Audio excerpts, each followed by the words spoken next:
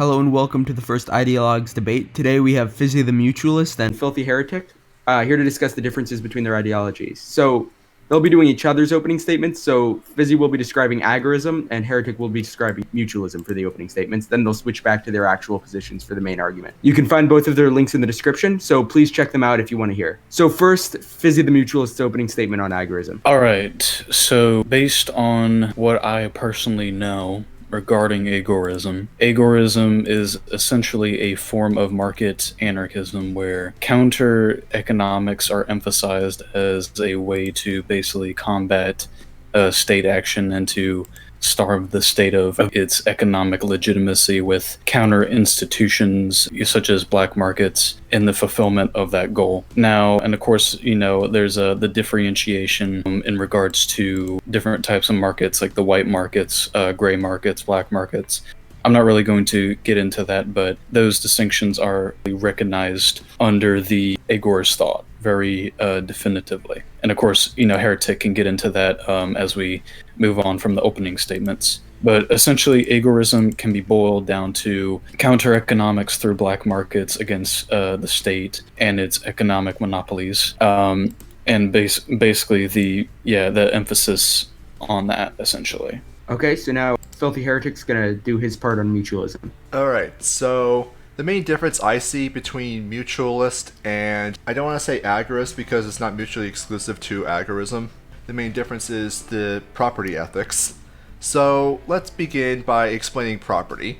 We exist in a finite universe with access to finite resources. In the absence of post-scarcity in production, which I don't think either of us thinks is possible, we have to figure out how to distribute those scarce resources.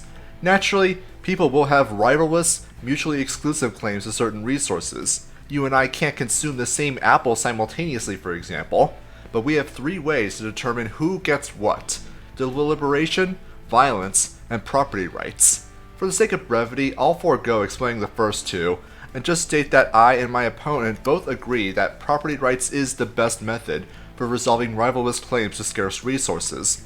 This is also why we're both anarchists, because we recognize that violence is not the best way to determine who gets what. However, certain details are in contention. For example, do people own property in perpetuity, or is there a threshold of occupancy? The problem with the perpetuity argument is that it enables the use of property in predatory ways. The classical example is wealthy people simply buying up all the land, restricting access to resources for other people, or even forcing people to live on their property and under their rules through things like encirclement or resource monopolization. On a long enough timescale, this will result in the very centralization we as anarchists seek to undermine. At that point, all that is required for a state to form is the proprietor going, "Only arbitrators I approve of can adjudicate on cases in my land." All of this while being 100% consistent with dominion-based proprietarian ethics of property. As property rights exist for the purpose of resolving conflict, proprietarian property ethics only create more conflict. The mutualist approach sees things differently. We recognize that absentee ownership is ownership that cannot be consistently demonstrated, and those that make use of property who mix labor with said property demonstrate a superior claim to ownership than does some rich dude who simply holds a deed. How many of Bernie Sanders' houses does he actually live in, for example? This is just an extension of John Locke's homesteading principle. All the while, mutualism understands that whether formally or de facto, that any functional social order will have common property, such as streets and right-of-way, that will be respected. Making predatory use of property, like encirclement mentioned earlier, where some rich dude just buys up all the land surrounding your house, impossible. Since it would also be functionally impossible for wealthy people to just hold lots of land, and it restricts their ability to just buy up and centralize land entirely. Ultimately, the mutualist system of occupancy theory of property is the most consistent, not only most consistent with natural law, but also the most functionally useful in the question of property rights and preventing and resolving conflict, and preventing centralization. Dominion deed-based property simply creates and encourages conflict, and any voluntary, stateless society will reject it spontaneously on the basis that I previously mentioned. All right, so now for the opening segment, if there's anything you guys want to discuss about each other's opening statements. I was just going to ask Fizzy, how'd I do? Personally, I thought he did very well, and when he did talk specifically about, for example, usufruct or occupancy and use, I thought he described it in our, for example, our commonalities on the issue. I thought he described that fantastically. Thank you. Yeah, I was just trying to get to the meat of the issue in regards to the main differences between our ideologies, because we're both anarchists and we both recognize each other's ideas as completely legitimate and compatible with a voluntary stateless society. So it's just a question of Dominion deed-based property ethics or occupancy theory. Yeah, it's also known as usufruct Yeah. in common terms. I don't think I've ran into that term, so you'll forgive me if I didn't use it. In fact, this is actually the first time I've heard it. Oh, the first time you've heard of usufruct? Yes. Okay, so usufruct and occupancy and use are basically roughly, it's not the same concept, but in legal terms, this exists in like the legal system of how we understand property. But basically, usufruct is the idea that that one claims ownership or one demonstrates one's ownership of something based on their use of that given property or that thing that they own, basically. So if you, for example, if you owned a farm and you use that farm to create, for example, apples or, whatever produce you wanted to create with that farm and its resources, that would be basically you displaying your ownership through your use and the benefit you get from using that given thing, that given property, that given land, that given farm equipment, whatever that is involved in the concept of ownership, in basically the vacuum of which that property exists. All right, so it's basically just the extent to which you demonstrate ownership of certain land, or arguably any resource. Yeah.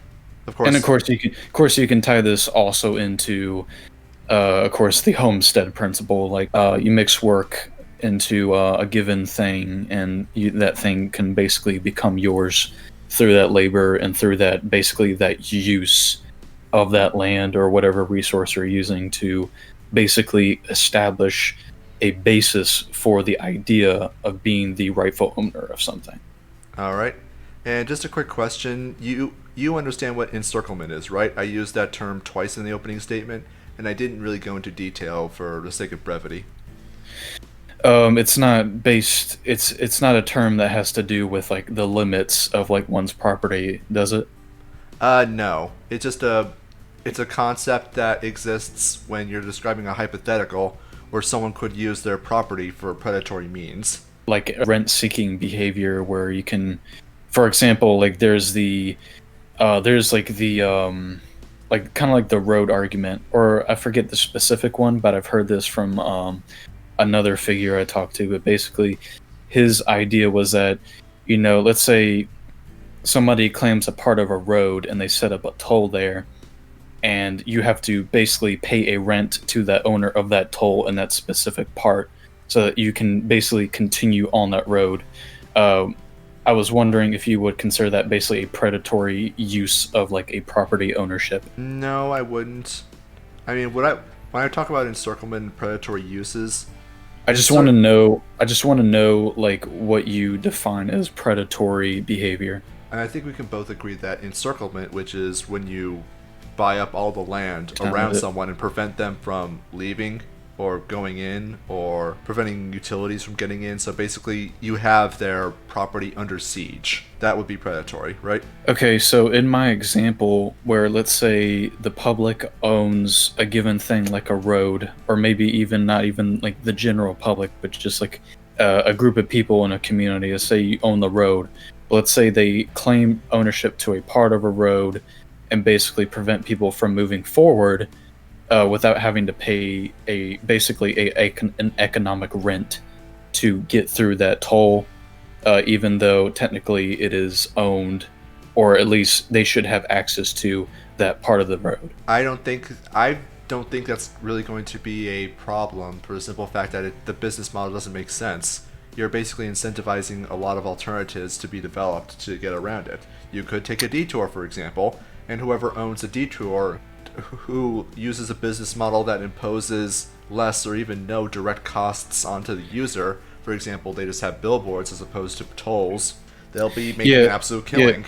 Yeah, so like when I say this, when I'm talking about the example, my intent is not to basically say, oh, well, this is the only thing that you have to do. Mm-hmm. I'm just saying that this basically makes it rather inconvenient, because in your case, it would be very inconvenient if those utilities and such couldn't get through.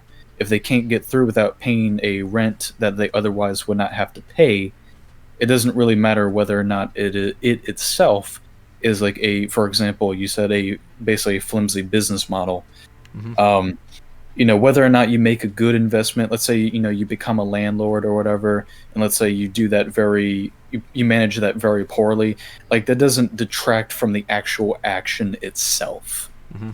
So what I was trying to get to you was that, do you think this could be considered predatory in that context, even if you could, in the hypothetical, basically do alternatives, or like you could build another road or whatever, like a detour? Yeah, you're right, that the possibility of alternatives does not detract from the ethicality or non-ethicality thereof of the action. Yeah. So with that in mind, yeah, I think it would be. Okay, so we agree that would basically be predatory. Mm-hmm. Now, just to clarify, although I suggested it in my opening statements, no, I do not believe in I do not believe in proprietarian theories of ethics, and this kind of differentiates proprietarianism, is that they would see things like encirclement as completely legitimate. Property rights for them are absolute, whereas I would see things like common property, whether de facto or formal, correct term, basically common property would manifest. You would have the roads being the perfect example, where if someone only allowed access to the roads if you paid a toll or a fee, that definitely is going to be a case of encirclement that I have a hard time imagining any private natural law court would recognize as a legitimate use of people's property. Basically, it would be an example of encirclement to basically try to extract a economic rent for basically access to the rest of the road through the toll. Mm-hmm.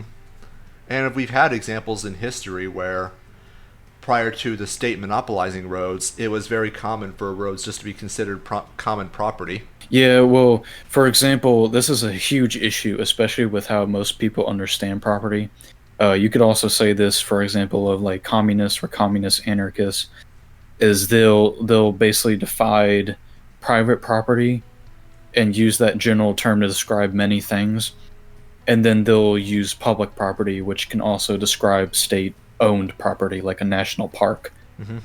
So what I want to know is like how you, well, of course, common property is just any property that's you could say commonly owned, like let's say maybe by a community or just like Well, when I say common property, I should probably clarify the term here.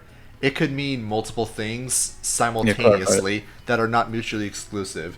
It could just be land that is completely unowned, but because everyone makes use of it, it's basically impossible to homestead. Alternatively, you could have property that is owned by a single person, but everybody makes uses of it. For example, parks in New York City, for example, are usually owned by a proprietor, but you have free access and you can move about it as much as you want. So basically what you're saying is that common property doesn't have to be one thing. It can be a bunch of different things. So for example, you can have a park in New York, like Central Park, and it can be like privately owned or whatever, or like maybe it can be like indirectly government owned or whatever, but like everybody can have like access to it regardless. They can just walk in, do whatever they want basically in the park. Yep, pretty much. Yeah. Or alternatively, it can just be like unowned property that has been homesteaded by literally everyone. Yeah, that's especially in nowadays where like there's not really many places you can go to, if any, where you could like claim something that hasn't already been claimed by somebody before. Mm-hmm. So in that case, it would basically just be everybody homesteads everything to some extent. Well, yeah. Now the funny thing is that you can actually create new land, and as Yeah, technology advances, there's a limited amount of land, obviously. hmm Now, of course, we're going to see homesteading again once we get. I'm a futurist, so I am going to have to bring up space exploration. You're going to be homesteading territories on other planets, homesteading asteroids for mining, that sort of thing. So that could end up becoming a thing in the future. But for right now, yeah. Yeah, well, of course, that's the hypothetical is basically the hypothetical is that if space exploration happens and we do go to different places, people are going to claim shit. Mm-hmm. I mean, even well, for example, you know how we have like agreements, international agreements about like how well you can't claim a piece of Antarctica, for example. Yes. Like you can use parts, like the governments, they use parts of Antarctica, but they can't like own it basically. And there was also an agreement when it came to celestial bodies where governments could not claim ownership over, let's say, the moon or the sun or anything like that, or Mars. Like they just couldn't basically claim ownership without a violation, basically. Which even though it really wouldn't matter much because we don't have much access to those planets as much as we would want to. Mm-hmm. Which I think is absolutely ridiculous. Not only in the sense that governments can't really claim dominion over anything since all of their resources and all of their power was attained illegitimately, but you also end up with end up creating a problem of the tragedy of the commons. If you were to parcel up Antarctica to homesteaders, which could be anything from individuals to corporations to other groups who would want to, I don't know, set up Antarctic nature preserves or set up some research facility or whatever. You have, I don't know, you have some tango dancing facility in Antarctica because that's what you want to do. Whatever. The point is that at least then you can, avoid that kind of problem.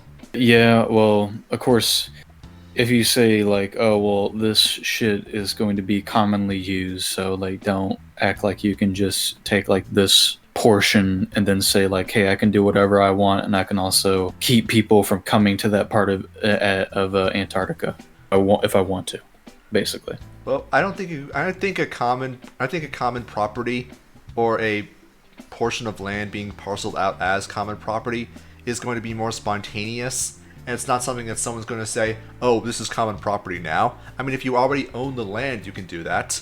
However, what makes common property more likely than not is going to be people realizing that it's more profitable in their business model to allow as many people to be making use of that land through travel than if they were to keep it exclusive. Just because you own a property doesn't mean you can make like a poor decision with how you use it. Like, of course, there's better alternatives. Like, let's say you own like a piece of land and you wanted to have other people like use it, and just you can set up whatever agreement you want with them, but it's still technically your land. Mm-hmm.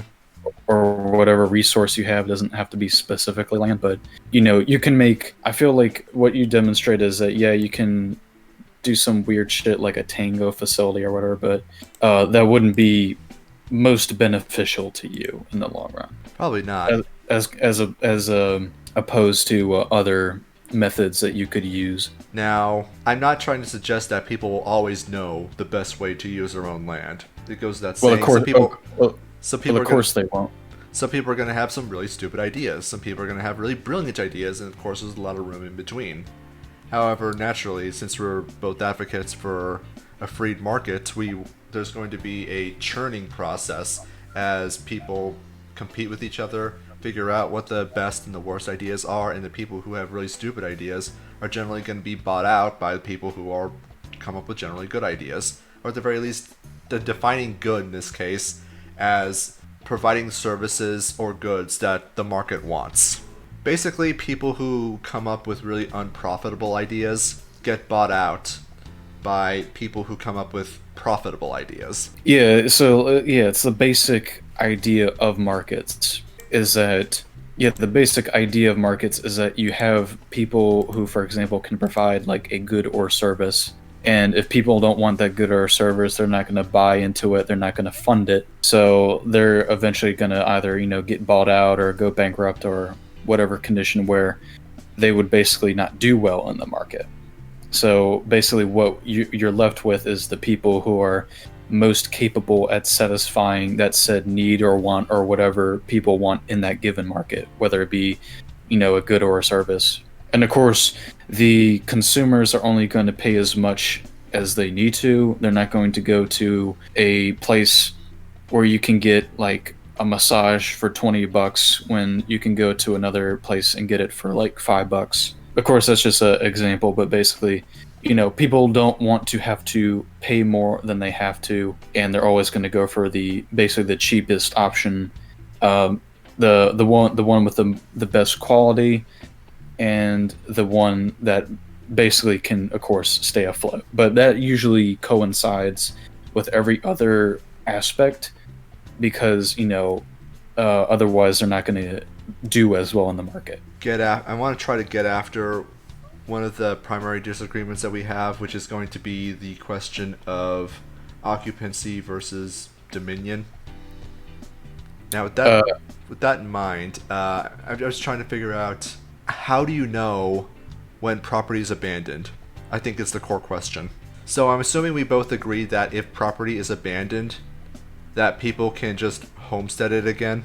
Yeah, I think it's better. Of course, if something's not being used and it's abandoned and like nobody gives a shit about it anymore, it would be much better if somebody basically took possession of it and homesteaded it or whatever they wanted, as opposed to it just sitting there. From a position of natural law, it's perfectly legitimate for people to no longer demonstrate dominion over their property. As you said, people just don't give a crap about it anymore, and as a result, people can legitimately go in there and claim it as their own.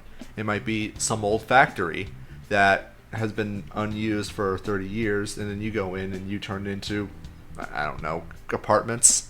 Well, okay, so I'm trying to see how you're trying to frame it. So what you're saying is like, and you're saying natural law. I don't really know what you mean by natural law. I'm just saying that property can be abandoned, and I'm trying to establish that we agree on that. I think the main disagreement that we're going to have on this is, what's the threshold by which abandonment can be demonstrated? Well, in my opinion, I think abandonment not only would require... Well, like, I don't think... This is something that you and I are probably going to disagree with. But I think that if somebody abandons something, even if they say they haven't, like, forfeited their ownership of it, I don't think it really matters if, like, they're not using it at all and, like, it's just... it's basically neglected. Nothing is done to basically maintain it. Well, for example, a big concept in ownership is the idea of maintenance. So, for example, let's say if you were a landlord and you owned an apartment, but let's say you had no tenants, let's say you didn't really do anything with it, let's say you didn't like maintain it, you never basically put any expense into keeping it up or anything like that. Even though you could say, well, technically, yeah, I do technically own it, I'm not really demonstrating any actual fact of me owning that, and therefore I'm basically forfeiting my ownership in a way by basically neglecting the thing that I own. So that kind of opens it up to where it's possible that somebody could indeed decide that, hey, maybe I can actually do something with this, and maybe I can basically get a piece of that pie from whatever I decide to set up there. The reason I brought up abandonment is because I've had this discussion with mutualists in the past, and abandonment is usually the claim they'll make when some rich guy, say, owns 3 houses, and he only lives in one of those houses like maybe 2 weeks a year at the most. but he's hired someone to go to the house every week and clean it up, do maintenance, basically does everything they can to passively maintain the property. And the property is managed by like one guy who basically does all the work. And the argument is that the guy who is maintaining the property on behalf of their employer can demonstrate a superior claim to that property than the person who actually purchased it. And as such, it would legitimately be theirs. I don't know if you would agree with that or not, but I'm just pointing that out. I wouldn't say that just because you use or like maintain something that you necessarily own it, like legitimately. Well, in my eyes, I would think of them as like a more legitimate owner than, let's say, the person who technically owns those things. But I wouldn't say that they own it just because they maintain it. How do you know who owns what then? Are you like, I'm trying to see like what you mean where like you say, well, how can you determine who owns what then? Well, you said that someone who maintains the property on behalf of the owner, quote unquote, demonstrates a superior claim to ownership, where the state is no longer present. However, what the property norms are is still in dispute. So for all intents and purposes, does this guy who have 3 houses and only has that one house that he doesn't really live in for most of the time, let's say it's a vacation house, does the property manager own the house or not? Well, you are assuming, right, that the property manager is making a claim. Are you saying that? The property Are the people who are maintaining the property or the individual, whoever does it, are you saying that they themselves are making a claim? And you're saying that in the hypothetical, would they be considered more legitimate than the person who owns the deed? I actually was not saying that, but since you brought that up, actually, yeah, I think it's a pretty good thing to explore. So let's assume, yes, the property manager is now making a claim. Let's say that the property manager is making a claim here. Would they be a legitimate owner if they decided to, well, because they're the ones who basically work the property themselves anyway. Let's say they talk to the quote-unquote owner. I want ownership of this given house. And of course, you can have, your 2 other houses that you use a lot more, maybe, just that, like, I'm not going to go into, like, the exact argument that maybe they would make with the property owner. But I would say that in between the 2, I think the person who has a better claim is not the person who holds the paper. It would be the one who is actively working it. Yes, I would say they have a more legitimate claim as opposed to the deed holder. Yeah, that's why I was trying to get at before. Yeah, that's but again, this wouldn't really be relevant if the property manager didn't really care and they would rather just be a servant of the property owner.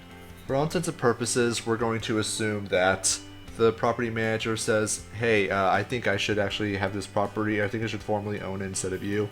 And then the property owner goes, no, it's mine.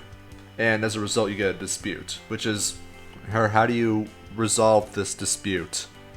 Since naturally the original owner, the one who holds the deed, is going to be saying, I traded my resources for this property, right to do with or not do with this as I please.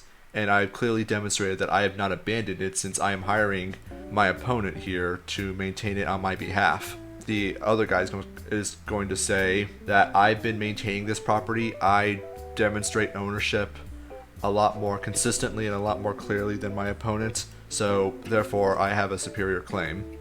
All right. So you're saying like how you would resolve this, or a potential resolution? Yeah. Well, what I would say is that let's say you could have, for example, you could have a joint ownership where let's say neither gives up their claim to that house, but let's say they both basically have ownership of it. But let's say that let's say that so you said this is probably like a summer house or something, like a vacation house. and the only time they really come over to actually use it is when they're like basically on vacation. So basically they would still be able to use it as a vacation house, but throughout the rest of the year when it's not being used by that owner, it can then be basically used by the other joint owner, which would also be the property manager. So that could be a potential resolution where neither has necessarily a sole ownership, but both have a ownership in part of their use and basically how they occupy that property. Mm-hmm. That is reasonable. Yeah, so And basically, I think however, like I'm not saying you're wrong. I'm just stating that the purpose of this discussion, we're assuming that they have a rivalrous claim to the same property, and yeah, that is a potential resolution that I think the overwhelming majority of, or at least one of the options that reasonable people would make, but unfortunately, for the sake of discussion, this is an unreasonable situation. So for whom? for both parties, like let's just assume that both of them are just irrationally stubborn. Yeah, so both are stubborn on their claims. Yeah. So with this in mind, like whose claim is going to be superior? I am going to say that it's the owners, since they can provide proof of the transaction occurring between the previous owner and themselves, their trading of resources to acquire the property, as well as they can claim in continued dominion, and more importantly that they have not abandoned the property since they hired someone to maintain it on their behalf even when they aren't using it. It just so happens that they value maintaining possession of it over time more so than they value, say, this other agreement that you suggested where there's joint ownership. So when you said that, like, oh well, I didn't abandon the property because I get this other person to work it for me. Mm-hmm. So would you say that in this employer situation, that basically the employee is an extension of the employer's ownership, right? Yeah. Yeah. So basically, without this employee, there's no real claim to basically saying that, well, it could be considered abandoned. So that means that not only does the property owner rely on, like, for example, their trade, but they also have to rely on the fact that they have that person who manages the property for them, to basically even facilitate that claim. So that would actually make it to where it would actually be very reasonable to suggest a joint ownership, especially if both parties are best. So, for example, the property owner effectively does not like nothing changes about their ownership. Like, they still have ownership of the property. It's just that now their employee also gets to basically use it themselves in the contract that they make with each other, on the basis that they will maintain that property while they are away. So that's actually a reason that would back my resolution, as opposed to his dominion over his property. Mm-hmm. But the point of the situation I mentioned earlier is that both of them are already in agreement that they don't want joint ownership.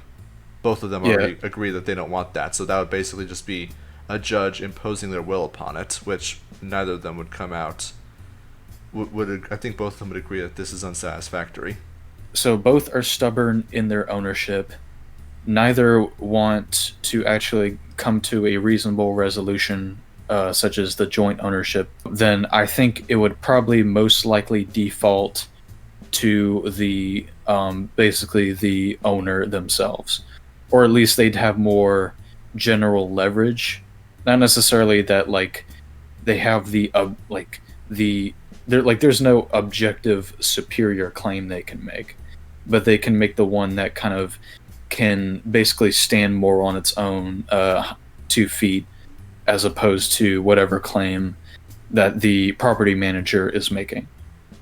So I think, yeah, it would probably default to possibly the Dominion, especially if the power dynamic between the employer and the employee is in this hierarchical state where theoretically it would be dependent on both of them, not just like, and it would be a voluntary contract. It wouldn't be like some form of wage labor where they have to basically work for them to make a wage. So I would say, yeah, it would probably default back to the claim of dominion. That doesn't make like the claim made by the property manager like not reasonable or like, because both can be considered. But I think in this situation, the most realistic option, given what you've told me, would probably default back to the dominion, basically ethic or of the property ownership. And on that, I think we agree. So I guess closing statements. So you first, Filthy. Assuming you guys think you're ready. All right, so yeah, I think me and Fizzy actually agree on a lot more than we disagree on, and I think that just from the basis of what can be demonstrated, the ability for individuals to demonstrate ownership, it just makes a lot more sense that Dominion deed-based property ethics do the best to accomplish the goal that property ethics seeks to resolve, which is mainly how do you resolve disputes between people in regards to rivalrous claims to resources, and the dominion-based property ethic seems to be the most consistent in regards to resolving this. Don't think there's really much more I can say on that, unfortunately. All right. Okay, So, and Fizzy, I guess you're up. yeah, I think that me and Heretic, of course, as he mentioned, that we do agree a lot on this topic. We may not necessarily agree in like some abstract situation where what would be the best resolution or what would be the. Of course, I'm going off of the most realistic expectation in this situation, but basically, I think that both like a dominion. I think like both dominion and occupation and use can be basically coexist alongside each other. Like maybe in some situation it would make more sense or it would be easier to resolve a dispute on property through occupation and use, i.e. usufruct, as opposed to dominion-based property norms or property rights. So I think we agree on most things, and we have very little disagreements. All right, so we do have one question from Post-Nazbol Judaism, so I'll unmute him, and you guys just respond. If I understand it, mutualism is basically a variant of libertarian socialism, right? Well, mutualism is basically can be defined most accurately as the very basis of anarchism itself, i.e., free association and mutual aid. So the question is, when you need to discern where is the correct amount of, I'm going to talk in Marxist terms, correct amount of surplus value to be redistributed back into the community, usually in Marxist terminology, it's based around back to the state, but and what you're describing is that there isn't really a state there, but what's relevant is the importance of the individual and the individual in relation to the community there. So I'm just asking, like, very broad sense, you're saying that in order to find that line between exploitation and necessary siphoning of goods, you're not using the state, is what I'm saying. Like you're using some kind of vague appeal to the community, appeal to the individual, but then this just becomes a very diverse subjective appeal, is what I'm saying. Well, if you're a Marxist, then you're going to define a state, and you are also going to define like surplus value and all these other things very differently from what I am. So any disagreements concerning that are going to basically be related on just definitions or just how we use given words, essentially, like the well, not really the etymology, but maybe the epistemological. Well, it comes down to nomenclature. Well, I guess that ends it for me. Thank you very much. Thank you for coming on Post-Nazbol ism. So now, or Post-Nazbol Judaism, sorry. Now we have Cyan the Mechanist has a question. Okay, you're unmuted. Bonjour. A question for both of you, so feel free to answer it when whoever wishes to answer it. But I'm more criticizing the joint ownership idea, as I can't really see property being jointly owned by, say, someone who believes in a deed-based property and someone who believes in a occupational-based property, as there's always going to be that conflict there when it comes down to business arrangements. I can see it working in housing arrangements, sure, but business ones like a farm or a factory or whatever it may be can often cause a lot more conflict than it solves. Okay, so you were saying, so you were talking about the joint ownership thing. Okay, so you're saying that there would be a conflict between people who agree to jointly own and operate a property according to the agreements they make in between each other. More so that there was a conflict beforehand and how it was resolved. I'd say without a third-party arbitrator to draw a line between the two oppositions, you'll have constant conflict between the two parties.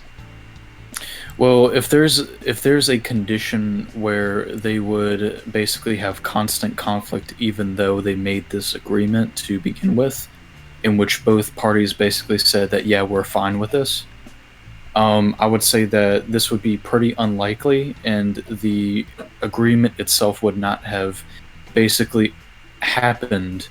Of course, like, for example, in the hypothetical, both are stubborn. But of course, if it went like my way and they went to a reasonable agreement on joint ownership, this would suppose that they both are able to set aside their differences enough to where they could even agree to have this joint ownership in the first place. So I think it's very flimsy to say, like, oh, well, you know, if they do have this agreement, they could still have some conflict. Like, I don't really think that's an issue if they have like some disagreements on some things regarding that. I think it's more important to emphasize that the agreement would not happen if both parties did not think it was mutually beneficial to do so. Does that make sense? Or yeah, it makes sense. Though my criticism wasn't that how people see that equally beneficial. My criticism was when it came to the differences in ideas of property, because when, like, Filthy, for example, prefers deed-based property. You being a mutualist, it would be occupational property.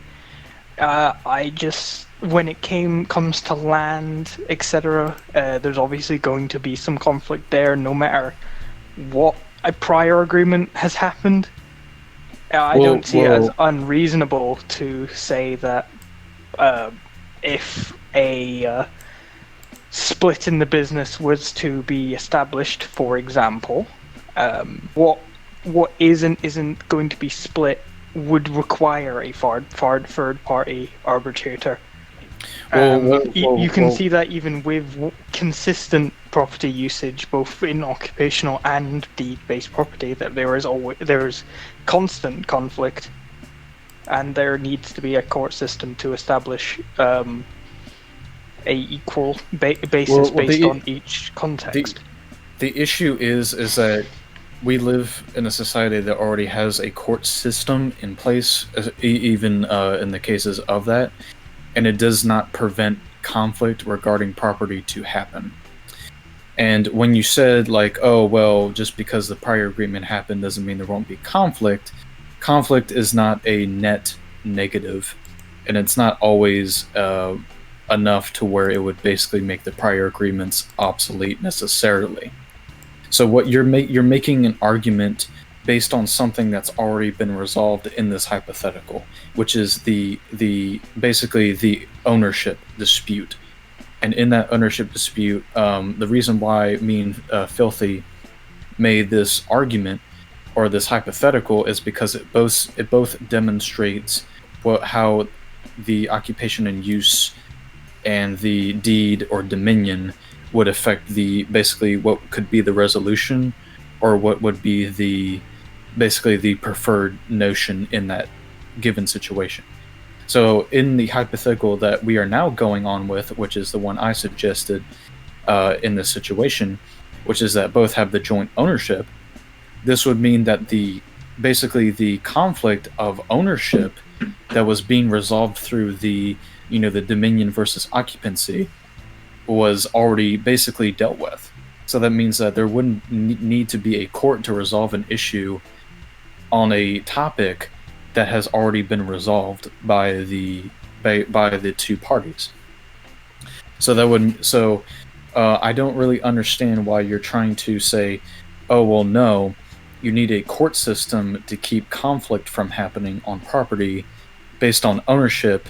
That's why I'm using an example where the ownership has been settled by both parties, and I'm going with that. So that's why I don't really understand with your argument on that case for the need of like some kind of court system to basically control the outcome of that given dispute. So thanks to Cyan the Mechanist for asking the question. You can find the links to Filthy Heretic, Fizzy the Mutualist in the description. If there's anything else they want me to put into the description, just tell me. Thanks for watching, and goodbye.